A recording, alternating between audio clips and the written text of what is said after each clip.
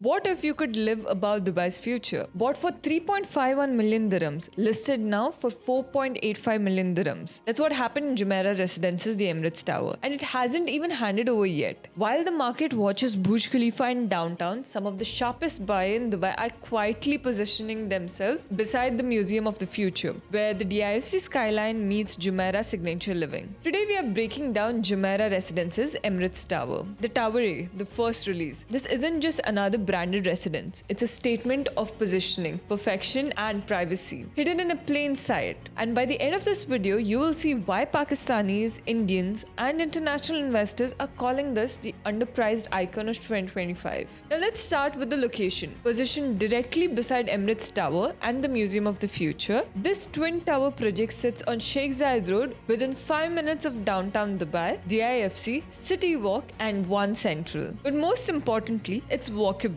There's a private pedestrian bridge linking it to the metro. The IFC offices are across the road, but most views here look out towards either Burj Khalifa or Jumeirah Beach. Jumeirah and Miraas partnered to create this project, bringing in CSDA, the award-winning architecture firms from Singapore. What they delivered is a floating masterpiece. Each tower rises on structural sites from a distance. They appear to hover. The residence's 1 to 4 bedroom options are completely column-free inside. No walls interrupt your space. It's all open plan with views framed by floor to ceiling fluted glasses. Let's talk interior feel. The palette is all caramel and natural tone. Soft, warm, timeless. There's no chrome, no tech, showmanship, just depth, light and elegance. Bedrooms open to large terraces. Kitchens are sculpted with marble and integrated Millie appliances. Walk-in closets, signature bathtubs and skyline views come standard. Here's where the project really shifts from investment to lifestyle. There's an adult-only sky pool suspended between the towers, a family pool facing Museum of the Future,